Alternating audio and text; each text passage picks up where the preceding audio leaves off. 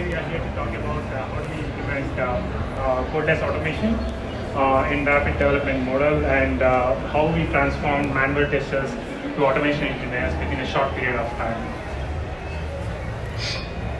I'm Chandra Alahari. I'm a QA automation engineer at Canada Drives. I have around 13 years of I have around 13 years here. Okay. I have around 13 years of IT experience, and for the last 7 years I'm an automation. Joined by me is Michael from Provar testing. Hey, Michael. Thank you, Chandra. My name is Michael Dailey. I'm a DevOps consultant here at Provar Testing. I have a background in DevOps and test automation and software engineering. Thanks, man. So before we jump into the topic, I just want to give you an overview of what Canada Drives is. We are a fintech company. We started in 2010. Our main business model was to simplify the car buying process. A lot of people have problems with buying the cars, but we made it easy. And this changed everything for us and also for our customers, right? So since then, we work with almost like 350 dealers across Canada who help our customers to get the cars. And since then, we have expanded to newer products. Now we are specializing in auto loans, auto financing, mortgages, trade building loans, and personal loans. We have more than 1 million customers just in Canada per year, and this keeps raising. And with more products came more websites, more integrations, and newer processes for our internal teams to create and maintain customers and their loans, which is mainly done through Salesforce. And also, along with newer products, we also expanded to newer markets. So we took our auto loan solution from Canada to the US and the United Kingdom. I'm also proud to say we have won quite a number of awards. We were awarded Best Managed Company in 2019, and Technology Fast 50 ranked us in 2016, 17, 18, and 19. And we were fastest growing company back in 2016. So after years of experimenting, this is the deployment model which we arrived at to provide new features to the customers and to comply to the regulatory changes. We have to implement parallel enhancements on our products. So the development team will start working on these parallel enhancements in developer sandboxes, and then they perform a unit test. And then the features are moved to QA Sandbox, where feature testing is performed. And then we run a regression on these QA sandboxes, and then the features are moved to full, where a user acceptance testing is performed. And finally, the features move to production. So our deployment strategy is very much in line with the industry standard. So once the requirements are finalized, the QA team will start preparing the test cases while the development is in progress. And once the development is completed, the QA team will start testing these features. So any new feature will either end up creating new regression test case or update the existing ones. So once the feature testing is complete, we identify the potential areas of impact. We run a regression on these features, and any issues found during this phase are triaged and fixed before we can move the features to production. So we strive to preserve the quality of the product by testing it sooner and often. So every new feature will increase the size of regression suite, thereby increasing the amount of time to run the manual regression testing. So this led to delays in our deployments, causing more waiting times for our customers. Even if we try to speed up the regression or decrease the scope of regression, the quality of the product might get impacted. So we have to balance between quality and speed. And also, even if we decide to run the regression, retesting the same features manually again and again is prone to human errors. So one solution for this one is adapting automation. Adapting automation can decrease the amount of time required for regression testing. This another advantage is will free up the testers to do the actual feature testing.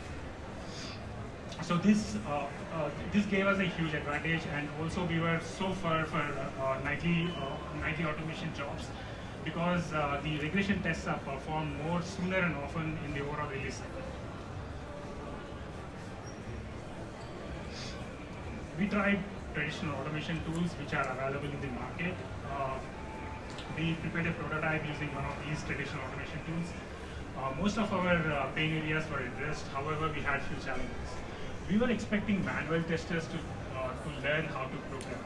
So it was quite challenging for them because they had to ramp up their programming skills as well as do the feature testing. And the next one is adding new sandboxes. So adding new sandboxes using these traditional tools is not straightforward. For every sandbox you add, you have to maintain the username and password of all the users on which you want to perform the test on. This is completely time-consuming and manual step. And because of ever-changing requirements and dynamic business process, we were adding a lot of fields, we were deleting existing fields. So we always had to update our automation code based on these changes. Then we started to search for tools which are available for Salesforce automation. So we found Provar. I think most of our challenges were addressed. Salesforce automation can be created using Provar, like through their user-friendly interface. And another huge advantage is you don't have to code. You have to just drag and drop the controls and run your automation. So this gave us a huge advantage because manual testers were able to create the automation within a very short period of time, as well as the automation coverage was high because this was done by functional testers. Another advantage is it's pretty easy to add a new sandbox into Provar automation. So once you add, what you have to do is you have to connect to Salesforce by giving the user system admin username and password. So once you connect with the Salesforce you can log in as any particular user and perform the test without giving the password of that particular user. And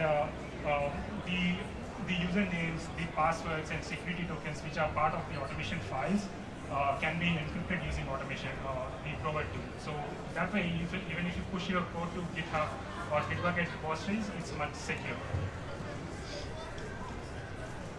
Okay, so once you connect with the Salesforce org, you can download all the record types, objects, fields, and page layouts from Provar. So if you have to update your automation code, you don't have to do anything with code. Instead, what you have to do is you have to open one dialog, download everything, and keep adding your new fields and delete the existing fields, which are not part of your Salesforce. As of today, we have automated at least 80% of our regression suite. Most of the time-consuming steps are automated, and any new feature comes in, we identify the potential areas of regression, we try to automate it and add it to our suite. Thanks to connect and download feature of Provar, the amount of time required for automation code maintenance has drastically come down. We scheduled our automation jobs in Jenkins, and we integrated Slack to it. So what happens is any issues found, like any status, I would say, or whether a pass or a fail, is reported in a Slack channel. Admins, developers, testers are all part of the Slack channel, so they can, even if something comes up, they can investigate the issue and try to fix it much sooner in the release cycle. Another cool feature about Provar is developers can actually add their development sandbox as part of Provar automation. They can run the automation. So to make sure, like, whatever development changes they are making is not impacting the existing functionalities. So we made right decisions. We have seen results. These are the few results. I would say, like, we used to carry out one deployment every 2 weeks. As of today, we are carrying out at least 2. I would say, like, multiple, but we are trying to slow up on that. So at least 2 deployments every week. We used to spend around 40 hours for manual regression testing before we implemented automation. This is per deployment. As of today, we are spending around 2 hours of manual effort, which is monitoring the existing automated test cases as well as running the test cases which are not automated. This is also per deployment. We used to spend around 40 hours using this traditional automation tool for automation code maintenance. We cut it down to 7 hours thanks to Provar. So I will just show you a quick demo of how we can create the automation using the Provar tool. So this is the use case scenario. So we are going to create a lead. We are going to log in as a particular user, not the system admin. We are going to open the browser and click on the convert button, and then we'll find out that particular account and we'll try to assert the values between lead and account. This is a very simple scenario.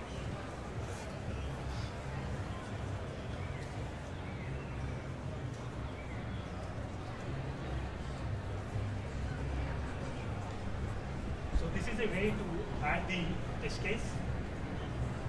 So I'm logging in as an admin and I'm selecting the application. So these are all the objects which are part of your Salesforce account. So what we have to do is we have to drag and drop the particular object onto the test case. So I drag and drop.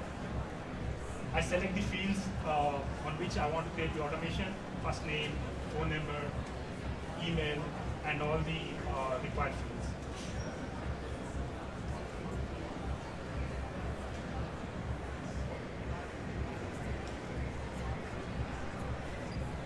So this is a Provar method. It actually generates a 4-letter word.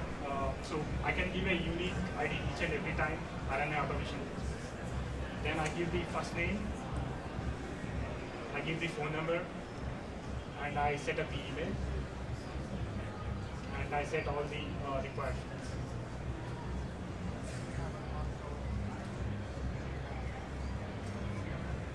So this is the test API panel. So I can select the controls and drag and drop onto the test case. So here what I'll be doing is I'll be selecting the UI on screen, which is the UI operation done on the automation. So I will select that, I will drag and drop into the test case, and I don't want to log in as a system admin here. I want to log in as a different profile user who is a customer support user. So I configured my connections here. So this is a CS user. So I will drag and drop that connection onto the test case.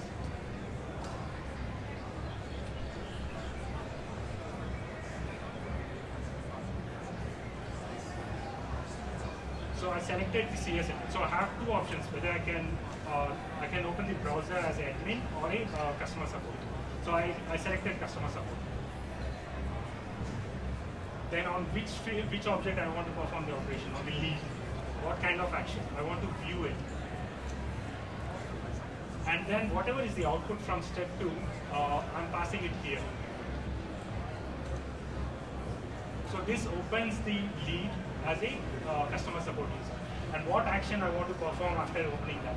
I want to click on the button, convert, click on it, and another good feature is you can take the screenshot of whatever actions you have performed. So after the action is performed, I want to take a screenshot. So I set it there.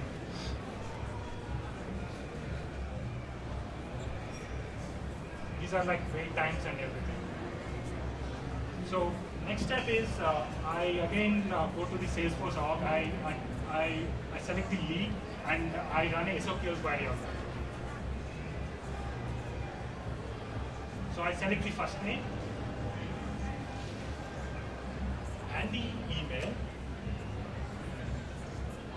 and I pull the details from step 2, which is lead ID. So where ID is equal to lead ID. So I'm actually executing SOQL query here. Similarly, I do the operation on account. So I drag and drop the account object onto my test case. I pull up the first name and email here.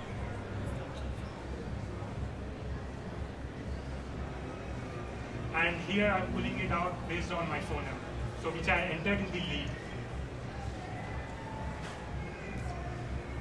So after this, what I will do is I will go to assert and drag and drop onto my test case.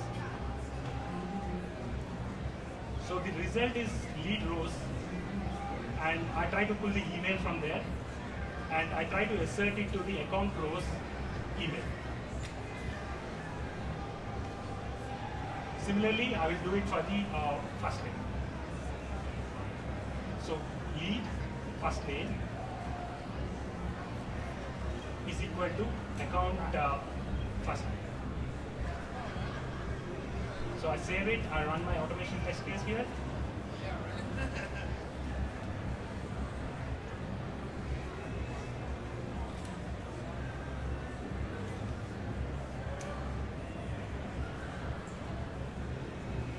So it will create the lead and open the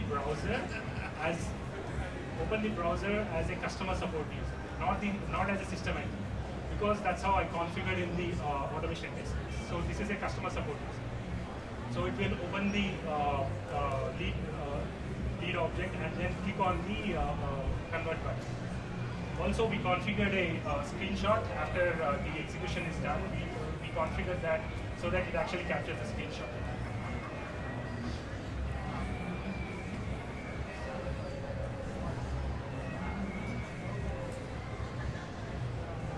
And assertions actually happen. So as I told, like you can, if you change your Salesforce org and you want to download the new fields or update your Salesforce org, what you do is go there and reload the complete Salesforce org. So all the updated fields actually come to your automation test case. They are more, say for example, you had, I don't know, account 1, right? So that particular object comes up here.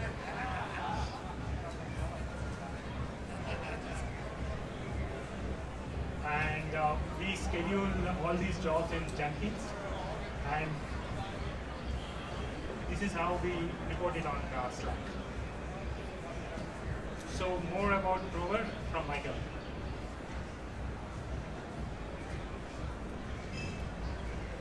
Thank you, Chandra. So for those of you that may not know us, I'm going to do a quick introduction about who is Provar.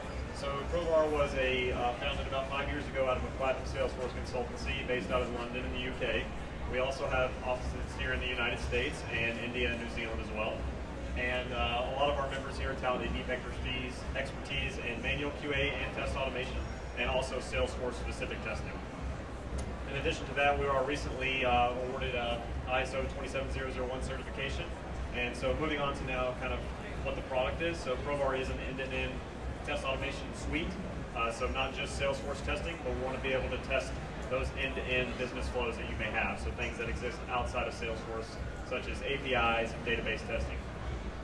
In addition to that, Provar was built with the users who are actually going to be using Salesforce in mind.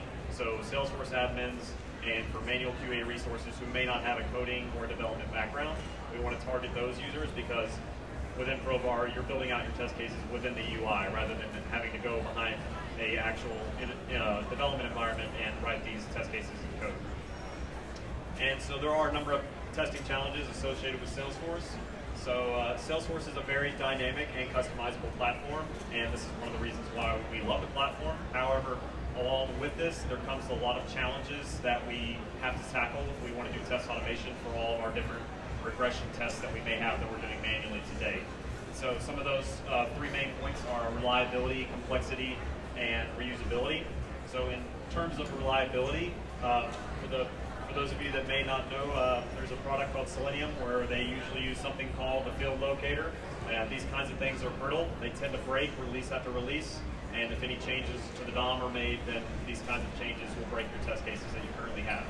So we want to be able to account for those kinds of cases. In addition to that, the complexity, so there's a lot of advanced features of Salesforce. There's a lot of customizable features that comes along with it, like visual force pages, lightning web components, and with these, there's a lot of different testing challenges because as you add more customization, you add more complexity to your test cases. And also for users that are going to be migrating from classic user experience to the Lightning user experience. We want that migration to be seamless in terms of your testing. So we want you to be able to build out your test cases in classic and be able to migrate those same test suites to the Lightning experience as well. So how are we handling those kinds of changes? So here's some of the, here's a GIF just showing how you add a test case in Salesforce. But this is done through the UI, and Chandra's demo was doing it through the API. Same kind of concept here. The idea behind this is that it is a point-and-click test creation tool, and it is playing off that Salesforce metadata. So rather than using locators that tend to be brittle and not as robust, release after release, we want to use the metadata so that way, if you're making changes, we can have these changes downloaded whenever we get those changes from the metadata. And as far as the release roadmap, we are tied to the Salesforce release roadmap. So they have their 3 big releases a year, of course. As Provar, we also have our own internal releases, but we want to tie our releases in lockstep with the Salesforce releases as well. In addition to that, so I know Chandra mentioned Jenkins. There's a lot of different continuous integration tools and release management tools that are out there that you may be using currently or maybe looking into. And we just want to include the fact that we are supporting these tools, and we of course want to provide integration for the tools that you already have. So that way, if you want to onboard a new tool such as Provar, that process is more seamless, and we have documentation to support all of these different endpoints and services. And if you would like to find out more information, we are in the Trailhead area by the admin meadow downstairs, and then we are also over in the campground at booth 810. And thank you so much for your time. Hope you all have a good night.